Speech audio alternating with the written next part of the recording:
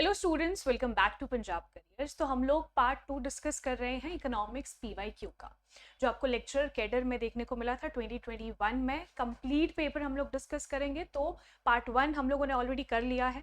I hope वो questions आप लोगों को अच्छे लगे होंगे और उसकी जो एक्सप्लेनेशन मैंने आपको वहाँ पे देने की कोशिश करी है वो आपको समझ आई। अब हम लोग 31st क्वेश्चन से शुरू कर रहे हैं। Which one of the following is true for supply of labour. यहाँ पे बात हो रही है कि 4 ऑप्शंस है, चारों में से आपको बताना है कौन सी statement is true for supply of labour. इसके लिए यू मस्ट नो कि सप्लाई ऑफ लेबर बोलता क्या। ठीक है, बेसिक कंसेप्ट क्या है कि आपको सप्लाई ऑफ लेबर के बारे में पता होना चाहिए। And one more important thing, जब भी हम लोग ये पीवाईक्यू डिस्कस कर रहे हैं तो इसका मेजर मोटिव ये नहीं है कि आपको बस मुझे आंसर्स बताने, आपको मुझे समझाना है कि कैसे क्वेश्चंस पूछे जाते हैं और कैसे टॉपिक से रिलेटेड क्वेश्चंस आते हैं। ये सारी चीज़ें हम लोग डिस्कस कर रहे हैं ना। ये नहीं है कि अच्छा ठीक है ये क्वेश्चन है, चलो इसका आंसर बताओ। नो, अगर आपको अभी बहुत सारे क्वेश्चन का आंसर नहीं भी पता चल रहा है कि कैसे आ रहा है तो भी कोई दिक्कत की बात नहीं है, बिकॉज हम लोग ये कंप्लीट डिस्कशन करेंगे हमारे कंप्लीट बैच में। अब देखो, true for supply of labour. So, supply of labor depends upon the number of workers of a given type of labor which would offer themselves for employment at various wage rates. तो ये English में यहाँ पे given है, यहाँ पे पंजाबी में given है, जिसमें भी आप कंफर्टेबल हो उसमें क्वेश्चन पढ़ लेंगे। तो पहली स्टेटमेंट क्या बोल रही है? पहली स्टेटमेंट बोल रही है कि जो सप्लाई ऑफ लेबर है, ठीक है, सप्लाई ऑफ लेबर है वो डिपेंड करता है number of workers of a given type of labour. एक गिवन टाइप है लेबर का, जितने नंबर ऑफ वर्कर्स हैं, ठीक है, would offer themselves for employment, वो ऑफर कर रहे हैं एम्प्लॉयमेंट के लिए, मतलब कि वो विलिंग है काम करने के लिए। ठीक है, वो मान चुके हैं कि ठीक है हमें काम चाहिए एट वेरियस वेज रेट्स। तो वेज रेट्स आपको पता है कि जो लेबरर है उनको क्या मिलता है? वेजेस। तो जो भी प्रिवेलिंग वेज रेट है मार्केट में, उस वेज रेट पे वो काम करने के लिए विलिंग है। So is this the correct statement? क्या ये स्टेटमेंट करेक्ट है कि जो सप्लाई ऑफ लेबर है वो डिपेंड करती है कि कितने लोग है ना, जो कितने लेबर है वो एक पर्टिकुलर वेज रेट पे काम करने को तैयार है। दूसरी स्टेटमेंट क्या है? Supply of labour depends upon the number of hours per day they are prepared to work. क्या सप्लाई ऑफ लेबर इस पे भी डिपेंड करती है कि कितने number of hours per day वो काम करेंगे? सप्लाई ऑफ लेबर आप समझ रहे हो ना, कितने लोग जो है वो विलिंग है काम करने को। तीसरा, supply of labour depends upon the number of days per week they are prepared to work. तो एक हफ्ते में कितने दिन वो काम करेंगे, क्या सप्लाई ऑफ लेबर उस पर भी डिपेंड करती है। सो 3 स्टेटमेंट्स है। चौथा है all of the above. So true statement आपको बतानी थी सप्लाई ऑफ लेबर से रिलेटेड। सो यहाँ पे correct option is all of the above. तो सप्लाई ऑफ लेबर इन तीनों पे डिपेंड करती है, ठीक है, इन तीनों स्टेटमेंट्स पे डिपेंड करती है। तो कैसे सप्लाई ऑफ लेबर से ऐसे घुमा फिरा के क्वेश्चन आया है, बट बेसिक चीज क्या है, अगर आपको पता है what exactly supply of labour, क्या उसकी पर्टिकुलर डिफिनेशन है, क्या उसका मतलब है ना, उसके कुछ रिलेटेड कंसेप्ट्स, वो सारी चीजें हम लोग पढ़ेंगे। Next, who gave the concept of monopolistic exploitation. अब ऐसा क्वेश्चन ना फर्स्ट 30 जो क्वेश्चंस हमने डिस्कस किए थे वहां पे भी आया था ना। वहां पे एक कोई टॉपिक आपको दिया था कि अच्छा ठीक है अब बताओ कि ये पर्टिकुलर कंसेप्ट किसने दिया। तो यहाँ पे कौन सा कंसेप्ट है? Monopolistic exploitation. मोनोपोलिस्टिक एक्सप्लॉयटेशन से रिलेटेड क्वेश्चन है।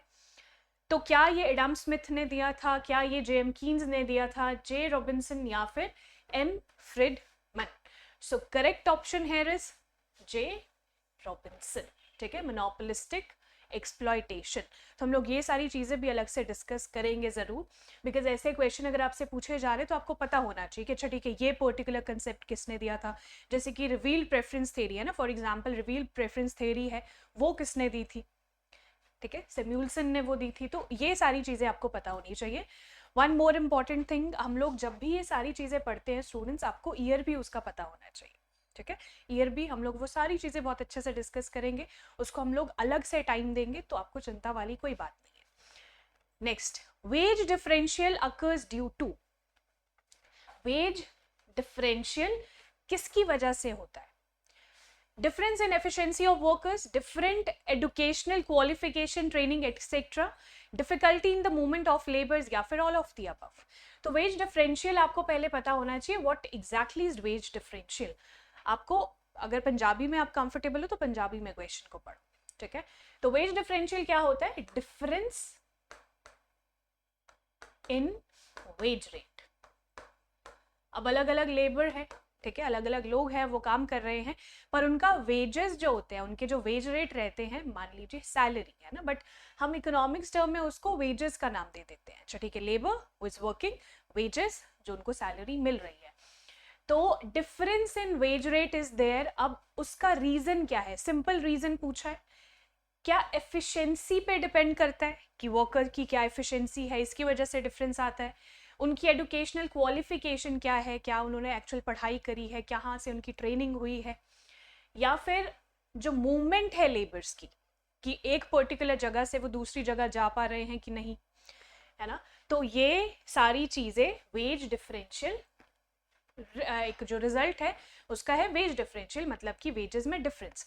सो it occurs due to all of the above. सारे के सारे फैक्टर्स जो है उसकी वजह से आपको वेज रेट में डिफरेंस देखने को मिलता है, ठीक है. यहाँ पे again D will be correct option.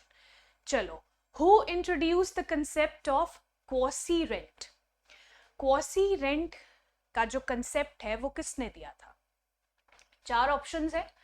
Alfred Marshall, Amartya Sen, John Robinson, या फिर जोसेफ स्टिग्लिट्स. तो एग्जैक्टली आपको नाम पता होना चाहिए, तभी ऐसे क्वेश्चन हो पाते हैं, है ना. इसमें आप तुक्का नहीं मार सकते. सो क्वॉसी रेंट होता क्या है एग्जैक्टली, ये भी हम लोग हमारे जो बैच शुरू होगा उसमें हम आपको सारी चीज़ें क्लियर करवा दूंगी. अभी आपको बिल्कुल चिंता नहीं करनी है कि अच्छा ये कंसेप्ट भी नहीं आ रहा, ये टॉपिक भी नहीं आ रहा है ना, ऐसी कोई बात नहीं है. घबराने वाली तो बिल्कुल भी कोई बात नहीं है, बिकॉज बहुत सारी चीज़ें ऐसी हो जाती है जो हम लोग ऐसे हमने बहुत टाइम पहले पढ़ी होती है, तो हम लोग थोड़ा सा रिविजन की ज़रूरत होती है, पॉलिश वहाँ पर आपको चाहिए होती है चीज़ें. सो एल्फ्रेड मार्शल, इसको करेक्ट कर देंगे. ए विल बी करेक्ट ऑप्शन, ठीक है. ए. Which is correct for the general theory of employment, interest and money? अब यहाँ पे बात हो रही है एक थेरी की, और वो कौन सी थेरी है? The general theory of employment, interest and money. तो इसके बारे में क्या लिखा है कि it was written by Adam Smith in 1939, written by Keynes in 1936. क्या ये कीन्स ने 1947 में लिखी थी या फिर एडम स्मिथ ने 1947 में लिखी थी? अब जिसको थोड़ा सा भी बेसिक अंडरस्टैंडिंग है इकोनॉमिक्स की, उसको समझ में आएगा कि ये तो बिल्कुल ही गलत स्टेटमेंट है, ए और डी. क्यों? क्योंकि एडम स्मिथ तो 1776 में उन्होंने बुक लिखी थी ना, है ना. वहीं से जो मॉडर्न इकोनॉमिक्स आपको देखने को मिलता है वो आई थी. तो 1939 तो बिल्कुल भी नहीं हो सकता, 1947 भी नहीं हो सकता. अब बी और सी में आपको थोड़ा सा कंफ्यूजन हो सकता है ना. बी ऑप्शन और सी ऑप्शन में आपको थोड़ा सा कंफ्यूजन हो सकता है, बट डेट याद रख लेंगे 1936, ठीक है. यहीं से कीन्सियन इकोनॉमिक्स एक नाम आया है ना, कि कीन्स ने general theory of employment, interest और money written by Keynes 1936. B हो गया यहाँ पे correct option. Next, macro economics deals with. Macro economics किसके साथ डील करती है? बहुत इजी क्वेश्चन है. Aggregate economic activities, individual economic decisions, individual producer economic decisions, या फिर ऑल ऑफ द अबव. अब मैक्रो इकोनॉमिक्स और माइक्रो इकोनॉमिक्स बेसिक डिफरेंस आपको बहुत अच्छे से मेंशन्ड है आपके सिलेबस में, कि आपको पता होना चाहिए what is the difference between micro and macro economics. अब मैक्रो इकोनॉमिक्स किसके साथ डील करता है? Aggregate economic activity, yes absolutely A होगा करेक्ट ऑप्शन. बी क्या है? Individual economic decisions. Economic decisions वो भी इंडिविजुअल. क्या मतलब है? इट मींस माइक्रो, है ना. माइक्रो इकोनॉमिक्स में ही आता है जिसमें इंडिविजुअल बिहेवियर आता है, individual consumer behaviour, individual producer behaviour. So macro economics deals with your aggregate economic activities. A will be correct option. अगला सवाल, which among the following are the major concerns of macroeconomics? अब देखो, अभी तक जितने भी हमने क्वेश्चंस पढ़े वो सारे के सारे माइक्रो इकोनॉमिक्स से रिलेटेड थे. अब यहाँ से ना आपको समझ में आ रहा है कि मैक्रो इकोनॉमिक्स से सवाल की तरफ जा रहा है क्वेश्चंस. तो मेजर कंसर्न्स क्या है मैक्रो इकोनॉमिक्स के? Problem of unemployment, inflation, economic growth, all of the above. तो मेजर कंसर्न्स, यस अनएम्प्लॉयमेंट आता है, जब हम मैक्रो इकोनॉमिक्स देखते हैं तो अनएम्प्लॉयमेंट वाली प्रॉब्लम हम लोग देखते हैं, है ना। Problem of inflation, absolutely inflation, जो महंगाई आपको देखने को मिलती है वो भी आता है। Economic growth, yes, so all of the above, ठीक है, डी हो जाएगा यहाँ पे करेक्ट ऑप्शन। अगला सवाल, the policy that refers to taxation and expenditure decision of the government is called as. अब आपको इस तरह की पॉलिसी बतानी है जो कि रेफर करती है टैक्सेशन और एक्सपेंडिचर डिसीजन किसके, सरकार के, ठीक है। सरकार की जो टैक्सेशन पॉलिसी है और एक्सपेंडिचर डिसीजन है उसको हम क्या बोलेंगे, क्या वो मॉनेटरी पॉलिसी कहलाती है, क्या उसे मॉनेटरी और फिस्कल दोनों बोलते हैं, या फिस्कल पॉलिसी बोलते हैं या फिर एक्सपेंडिचर पॉलिसी बोलते हैं। सो बहुत इजी क्वेश्चन है, इस पॉलिसी को हम बोलते हैं फिस्कल पॉलिसी, ठीक है, C is correct option, fiscal policy. अगला सवाल, national income can be defined as. National income को आप कैसे डिफाइन कर सकते हो। पहला स्टेटमेंट पढ़ेंगे, total market value of all the final goods and services produced in the economy in a year. तो क्या नेशनल इनकम को हम लोग इस तरह से डिफाइन कर सकते हैं कि जो मार्केट वैल्यू है टोटल फाइनल गुड्स की और सर्विसेज की एक इकोनॉमी में प्रोड्यूस हुई है एक साल में, ठीक है, इन अ ईयर, एक साल में। या फिर total factor price of all the final goods and services produced in the economy in a year. तो इन दोनों स्टेटमेंट में एक डिफरेंस है ना, यहाँ से आगे ये दोनों स्टेटमेंट्स इक्वल है, बट यहाँ पे डिफरेंस कहाँ पे है, मार्केट वैल्यू और फैक्टर प्राइस। तो क्या मार्केट वैल्यू नेशनल इनकम होती है या फिर फैक्टर प्राइस नेशनल इनकम होती है, तो ये आपको अच्छे से पता होना चाहिए। तीसरी स्टेटमेंट क्या है, total market value of intermediate and final goods services in the economy in a year. तो नेशनल इनकम की जो करेक्ट डेफिनेशन आती है, ठीक है, क्या उसमें इंटरमीडिएट गुड्स भी आते हैं, ये आपको पता करना है ना। इसीलिए देखो एक सिंपल सी स्टेटमेंट ये बना सकते थे, बट थोड़ा सा ट्रिकी बनाने के लिए आपको काफी सारे कीवर्ड्स इसमें दे दी कि अब बताओ ये सही है कि नहीं, है ना, इस तरह के questions. Total market value of all the final goods and services produced in the economy. अब देखो, अब ए और डी, जिसको थोड़ा सा भी आइडिया है नेशनल इनकम के बारे में, उसको पता चल गया होगा कि ना फैक्टर प्राइस होता है ना ही इंटरमीडिएट गुड्स आते हैं। तो बी और सी तो आप वैसे ही एलिमिनेट कर दो, बहुत सारे क्वेश्चंस ना एलिमिनेशन से हो जाते हैं।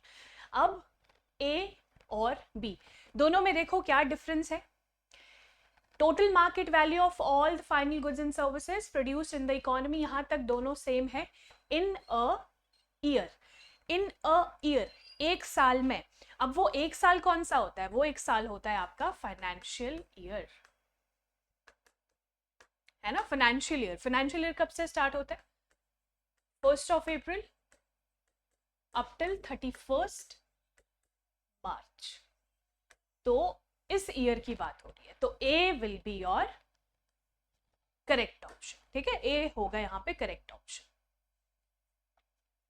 क्योंकि डी ऑप्शन, देखो डी ऑप्शन क्यों सही नहीं है, बिकॉज यहाँ पे ना पीरियड नहीं मेंशन है कि कितने टाइम पीरियड में, बट ए में मेंशन है कि एक साल के अंदर। नेशनल इनकम से बहुत सारे क्वेश्चंस आते हैं, ढेरों क्वेश्चंस आते हैं।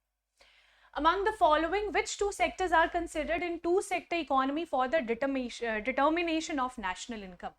अब जब हम लोग नेशनल इनकम देखते हैं तो उसमें हम 2 सेक्टर मॉडल देखते हैं, 3 सेक्टर मॉडल देखते हैं, 4 सेक्टर मॉडल भी देखते हैं। अब तीनों में क्या डिफरेंस है वो आपको पता होना चाहिए, और वो आपको कब पता चलेगा, जब आप लोग बैच में एनरोल करोगे, ठीक है। हम लोग बहुत अच्छे से सारी चीजें पढ़ेंगे। चलो, 2 sectors are considered in the, अच्छा कौन से 2 सेक्टर्स हैं जो कि 2 सेक्टर इकोनॉमी में आपको देखने को मिलते हैं जब हम लोग नेशनल इनकम डिटरमाइन कर रहे होते हैं। तो house hold and business firms आता है, हाउस होल्ड एंड गवर्नमेंट आता है, house hold and foreign trade आता है, या फिर गवर्नमेंट एंड फॉरेन ट्रेड आता है। तो ऑप्शन से ही आपको पता चल रहा होगा कि 4 सेक्टर्स में चारों आएंगे, house hold, business, government and foreign trade, ठीक है। तो 4 सेक्टर में तो चारों आते हैं। 3 सेक्टर्स में कौन कौन से सेक्टर्स आते हैं, उसमें फॉरेन ट्रेड नहीं आता, हाउस होल्ड आएगा, बिजनेस फर्म्स आएगा और गवर्नमेंट आएगा। लेकिन 2 सेक्टर्स में हम लोग किसको एलिमिनेट करेंगे और किन दो को रख देंगे. सो गवर्नमेंट नहीं आता, हाउस होल्ड और बिजनेस फर्म्स आता है टू सेक्टर मॉडल में, ध्यान रखेंगे. चलो अगला सवाल. If government expenditure is greater than the tax revenue government will have. बहुत ही सिंपल सी आपको एक इक्वेशन दी है, जिस इक्वेशन में आपको बताना है कि देखो गवर्नमेंट एक्सपेंडिचर ज्यादा है टैक्सेस से. ठीक है, गवर्नमेंट का जो एक्सपेंडिचर है मतलब उनका जो खर्चा है वो ज्यादा है उनके रेवेन्यू से. तो ये कौन सी कंडीशन कहलाएगी? Budget surplus, budget deficit, balanced budget या फिर डेफिशिएंसी. देखो बैलेंस तो बिल्कुल भी नहीं हो सकता. क्यों? क्योंकि यहाँ पे आपको अनइक्वल दिख रही है चीजें. अब जब एक्सपेंडिचर ज्यादा है मतलब खर्चा ज्यादा है और आपके पास रेवेन्यू कम है तो आप डेफिसिट में रहते हो, बजट डेफिसिट. ठीक है, बी बजट डेफिसिट. डेफिसिट का मतलब होता है घाटा. ठीक है, घाटा. अगला सवाल. Net domestic product is estimated as. Net domestic product NDP. National income के सारे इंडिकेटर्स जैसे कि एनडीपी, ठीक है, एनएनपी, ठीक है, जीडीपी, जीएनपी. तो ये जितने भी इंडिकेटर्स हैं एट फैक्टर कॉस्ट या फिर मार्केट प्राइस, ये सारी चीजें आपको बहुत अच्छे से पता होनी चाहिए बिकॉज यहाँ से सवाल जरूर आता है. जैसे यहाँ पे पूछा गया है कि इसको आप कैसे एस्टिमेट करते हो. अगर हम लोग एनडीपी की बात करें तो यहाँ पे देखो सिंपल फॉर्मूलाज दिए, तो किस फॉर्मूला में फिट बैठता है ये. नेट डोमेस्टिक प्रोडक्ट को आप कैसे निकालोगे? क्या gross domestic product at market price minus depreciation होगा, gross domestic product at market price plus depreciation होगा, या फिर जीएनपी माइनस डेप्रीसिएशन, या फिर जीएनपी माइनस डायरेक्ट टैक्सेस. अब इसमें अगर आपको नहीं पता कि आप अगर एनडीपी पे हो, ठीक है, एनपीडी हो गया ना, एनडीपी पे अगर आप हो तो आप कैसे जीएनपी पे जाओगे, या फिर अगर आप जीएनपी पे हो तो आप कैसे एनएनपी तक पहुंचोगे. तो इसके कुछ फॉर्मूलाज होते हैं बेसिक कि अगर आप नेट पे हो तो ग्रॉस पे जाने के लिए क्या करना है, डोमेस्टिक पे हो तो नेशनल पे जाने के लिए क्या करना है, ये कुछ फॉर्मूलाज है. अब देखो, अब एनडीपी की बात हो रही है. एनडीपी अगर हम फर्स्ट फॉर्मूला देखें, है ना, ये है नेट डोमेस्टिक प्रोडक्ट. तो यहाँ पे क्या बोला है कि एनडीपी को क्या हम ऐसे एस्टिमेट कर सकते हैं, GDP at market price minus depreciation. तो नेट से जब हम ग्रॉस वैल्यू पे जाते हैं, ठीक है, नेट से जब भी हम लोग ग्रॉस वैल्यू पे जाते हैं तो हम लोग डेप्रीसिएशन को माइनस करते हैं. So this will be the correct formula. ठीक है, this will be the correct formula. और अगर यहाँ पे मार्केट प्राइस नहीं भी दिया होता ना, तो भी अगर कुछ भी मेंशन नहीं है तो इट मींस मार्केट प्राइस है. जब तक फैक्टर कॉस्ट लिखा नहीं है तब तक आप मार्केट प्राइस ही लोगे. ठीक है, समझ आ रही है ना मेरी बात? तो A will be correct option है. ठीक है, ए होगा करेक्ट ऑप्शन. चलो, personal disposable income. Personal disposable income का फॉर्मूला, क्या पर्सनल इनकम में से आप पर्सनल एक्सपेंडिचर माइनस करोगे, या फिर पर्सनल इनकम में से पर्सनल टैक्सेस को माइनस करोगे, पर्सनल इनकम में सब्सिडीज को प्लस करोगे, या फिर पर्सनल इनकम में माइनस करोगे इंटरेस्ट. तो देखो पर्सनल डिस्पोजेबल इनकम क्या होता है. पहले तो आपको डिस्पोजेबल का मतलब समझ में आना चाहिए. डिस्पोजेबल मतलब कि ऐसी इनकम, ठीक है, ऐसी पर्सनल इनकम जो कि आप खर्च करने के लिए तैयार हो, रेडी हो. आपने सारी चीजें हटा दी, जो भी आपकी टोटल इनकम है उसमें से आपको जितना रेंट देना था, यहाँ का खर्चा, वहाँ खर्चा, ठीक है, ये सारी चीजें आपने हटा दी. अब पर्सनल डिस्पोजेबल के लिए क्या क्या चीजें आपके पास बच गई, कितनी इनकम बच गई. So that will be your personal income minus personal taxes. ठीक है, पर्सनल इनकम में से जो आप टैक्सेस जब माइनस करते हो तब आपके पास बचता है पर्सनल डिस्पोजेबल इनकम. ठीक है, बी होगा यहाँ पे करेक्ट ऑप्शन. अगला सवाल. Which among the following are the examples of transfer payments? अब ट्रांसफर पेमेंट्स नेशनल इनकम की अकाउंटिंग में आती है कि नहीं, ये भी बड़ा इंपॉर्टेंट सवाल हो जाता है. और ट्रांसफर पेमेंट्स होती क्या है, ठीक है, ये अगर आपको पता है तभी आप एग्जाम्पल्स बता पाओगे ना। तो अब देखो, social security benefits, unemployment allowance, old age pension और ऑल ऑफ द अबव। तो ये तीनों ही, ठीक है, आंसर होगा D, all of the above. तीनों एग्जाम्पल्स है ट्रांसफर पेमेंट्स के। जैसे सोशल सिक्योरिटी बेनिफिट, अब आपको इसके एग्जाम्पल से भी समझ में आ रहा होगा कि ट्रांसफर पेमेंट्स होती क्या है एग्जैक्टली। ठीक है, ये ऐसी पेमेंट्स होती है जो कि नेशनल इनकम अकाउंटिंग में नहीं आती। ठीक है, नहीं आती, ध्यान रखेंगे। विच among the following is incorrect. अब 4 स्टेटमेंट्स है, 4 स्टेटमेंट में से आपको बताना है which one is incorrect. Question को कई बार ना ढंग से हम लोग नहीं पढ़ते और हमें लगता है अच्छा ठीक है इनमें से हमें बताना है करेक्ट, बट यहाँ पे बड़ा क्लियरली लिखा है कि इनकरेक्ट स्टेटमेंट बतानी है आपको। There is no time dimension in magnitude of stocks. अब स्टॉक्स और फ्लो, ठीक है, स्टॉक्स और फ्लो दो चीजें आपको देखने को मिलती है, स्टॉक्स और फ्लो। तो क्या कोई टाइम डायमेंशन नहीं होती स्टॉक के मैग्नीट्यूड में, क्या ये सही है? टाइम डायमेंशन इन फ्लोज, ठीक है, टाइम डायमेंशन होती है फ्लोज में। No time dimension in flows, या फिर wealth is stock but income is flow. अब यहाँ पे ना चारों स्टेटमेंट में से बहुत ही क्लियरली आपको दिख रहा है कि दो स्टेटमेंट्स आपस में बिल्कुल कॉन्ट्रडिक्ट कर रही है, बिल्कुल उल्टी एक दूसरे से। कौन सी? There is a time dimension in flows, there is no time dimension in flow. तो जो भी होगा इन दोनों में से एक तो गलत है ना, इतना तो आपको समझ में आ गया क्वेश्चन पढ़ के। तो ए और डी को तो काटा मार दो। अब बी और सी में से आपको देखना है कि कौन सा करेक्ट ऑप्शन हो सकता है। अगर आपको इसके बारे में बिल्कुल भी नहीं पता तो मैं ये बता रही हूँ ऐसी ट्रिक्स आपको यूज करनी। अब क्या फ्लोज में टाइम डायमेंशन होता है या फिर नहीं होता? अब इनकरेक्ट स्टेटमेंट आपको बतानी है, ठीक है, इनकरेक्ट स्टेटमेंट बतानी है। तो इसका मतलब है कि अगर सी यहाँ पे सही आंसर है तो इट इज इनकरेक्ट। ठीक है, no time dimension in flows, क्योंकि फ्लोज में आपको टाइम डायमेंशन देखने को मिलता है, स्टॉक में नहीं होता। ठीक है, स्टॉक में नहीं होता टाइम डायमेंशन बट फ्लोज में होता है। तो C will be correct option because incorrect पूछा है। चलो अगला सवाल, average propensity to consume is. Average propensity to consume, इसका क्या मतलब है? इसका मतलब है आपको सिंपल फॉर्मूला बताना है एवरेज प्रोपेंसिटी टू कंज्यूम का।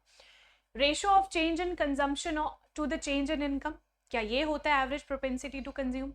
Ratio of consumption to income, difference between consumption and income, या फिर difference between change in consumption and change in income. तो 46 का करेक्ट ऑप्शन क्या होगा? अगर हम लोग एवरेज प्रोपेंसिटी टू कंज्यूम देखते हैं तो सिंपली याद रखना कंजम्पशन का रेशो देखते हैं टू इनकम, कि इनकम में से आप कितना कंज्यूम कर रहे हो। So that is your average propensity to consume. अब दो चीजें आती है यहाँ पे, एवरेज प्रोपेंसिटी टू कंज्यूम और एवरेज प्रोपेंसिटी टू सेव। इन दोनों का सम हमेशा 1 होता है। ठीक है, average propensity to consume plus average propensity to save is equal to 1। ये इंपॉर्टेंट फॉर्मूला है, हम लोग जब कंप्लीट सिलेबस डिस्कस कर रहे होंगे वहां पे भी मैं बताऊंगी, बट यहाँ पे थोड़ा थोड़ा सा जितनी चीजें मैं आपको बता पा रही हूँ वो भी आप लोगों को ध्यान रखनी है। अगला सवाल, which among the following is true for Keynesian theory of consumption. अब कीन्जियन थ्योरी ऑफ कंजम्पशन से रिलेटेड कौन सा सवाल आपको यहाँ पे या फिर कौन सी स्टेटमेंट ट्रू लग रही है? 4 स्टेटमेंट है। Also known as psychological law of consumption, क्या इसे ये भी बोलते हैं? Absolute income theory of consumption. In this marginal propensity to consume is less than 1 but greater than 0। तो कीन्जियन थ्योरी ऑफ कंजम्पशन से रिलेटेड ये तीनों स्टेटमेंट्स बिल्कुल क्या है? सही है। ठीक है, तीनों स्टेटमेंट बिल्कुल सही है। अगला सवाल, who introduce the concept of marginal efficiency of capital. Marginal efficiency of capital किसने कंसेप्ट इंट्रोड्यूस किया था? J R. Hicks, J M. Keynes, J S. Mill या फिर जे. रॉबिन्सन। तो 48 का आंसर आपको देखने को मिलता है जे.एम. कीन्स। ठीक है, marginal efficiency of capital, marginal efficiency of capital की, जो आपने कैपिटल यूज आप कर रहे हो प्रोडक्शन में, आपको कितना आउटपुट देगा. So that is marginal efficiency of capital.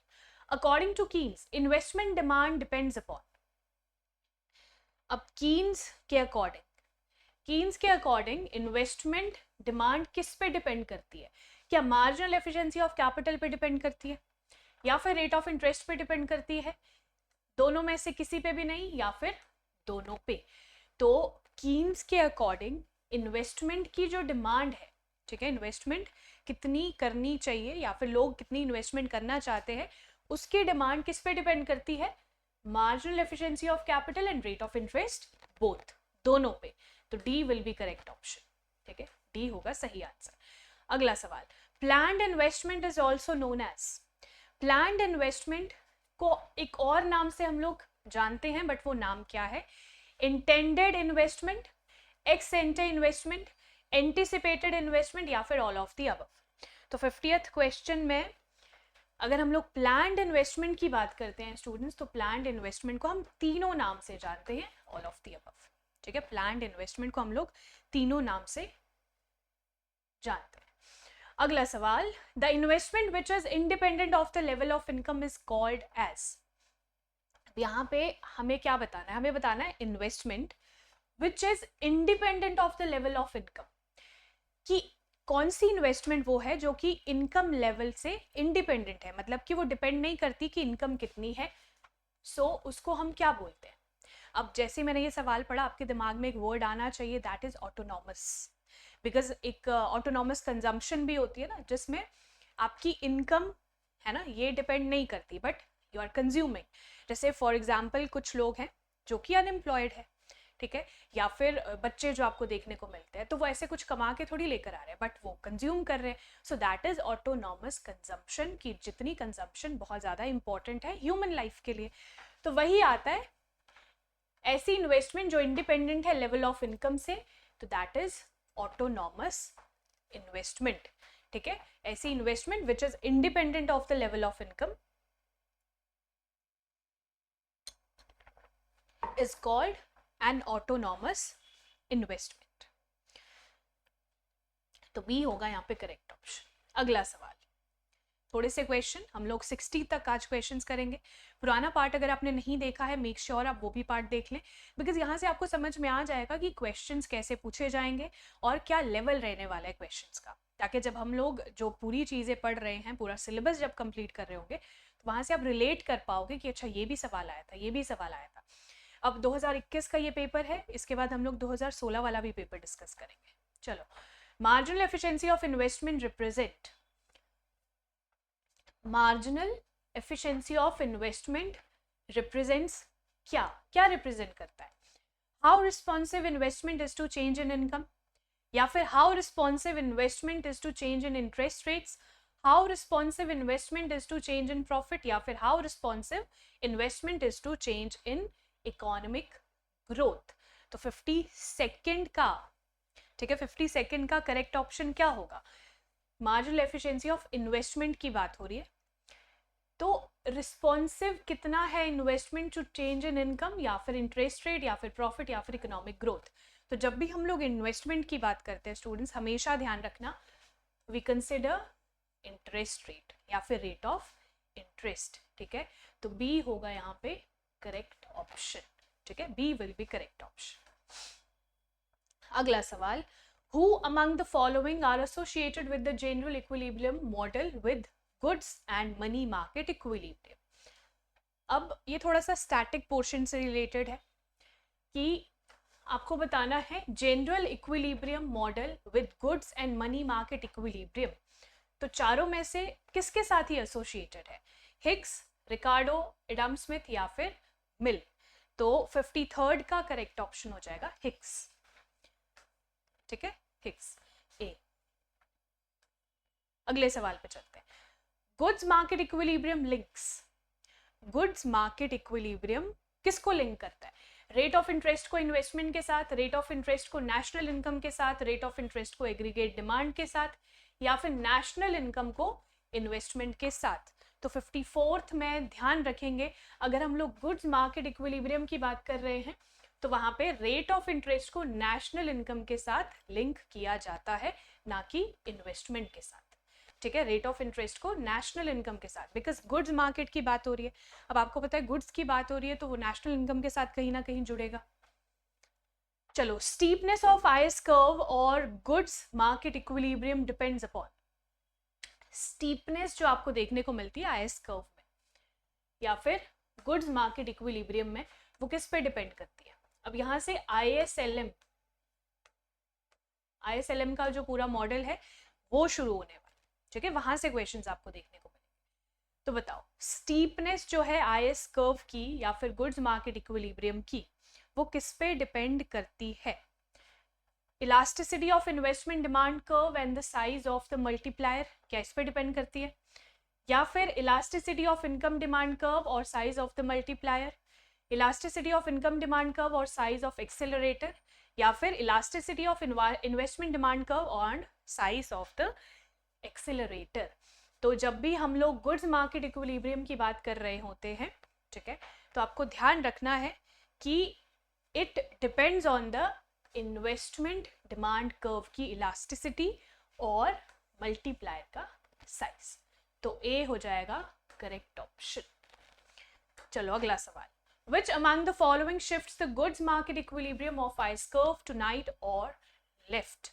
तो right और left। अब आपको बताना है चारों ऑप्शन में से किसकी वजह से आपको गुड्स मार्केट इक्विलिब्रियम में या फिर आईएस कर्व जो जिसको आप बोलते हो उसमें शिफ्ट देखने को मिलेगा राइट और लेफ्ट में। ठीक है, राइट और लेफ्ट में। अब शिफ्ट और मूवमेंट में भी डिफरेंस होता है। ठीक है, शिफ्ट एंड मूवमेंट में देयर इज डिफरेंस। शिफ्ट का मतलब होता है, मान लो ये आपका कर्व है, ये शिफ्ट हो गया to the right and to the left. Movement का क्या मतलब होता है, ये आपका कर्व है, इसी में आप ऊपर नीचे ऐसे पॉइंट आउट कर रहे हो। ठीक है, ये होता है मूवमेंट, दिस इज शिफ्ट। तो शिफ्ट की बात हो रही है। What are the reason? Change in government expenditure, change in autonomous investment, change in taxes and all of the above. So ध्यान रखेंगे तीनों की वजह से। ठीक है, तीनों में जब चेंज आएगा या फिर तीनों में से किसी एक में भी चेंज आएगा तो there will be shift in goods market equilibrium under IS curve, all of the above. 57th question, अभी 2-3 क्वेश्चंस ही बचे हैं तो अच्छे से क्वेश्चन देख लो। LM relates the dash which determines the money market equilibrium. LM relate करता है किसके साथ? जो कि डिटरमाइन करेगा मनी मार्केट इक्विलिब्रियम को। अब आईएस के क्वेश्चंस खत्म हो गए, अब आ गए एलएम के क्वेश्चंस। ठीक है, पैटर्न ध्यान में रखना है। Level of income and rate of interest, level of income and rate of profits, level of income and marginal propensity to save, या फिर level of income and marginal efficiency of capital. तो LM किसको relate करता है?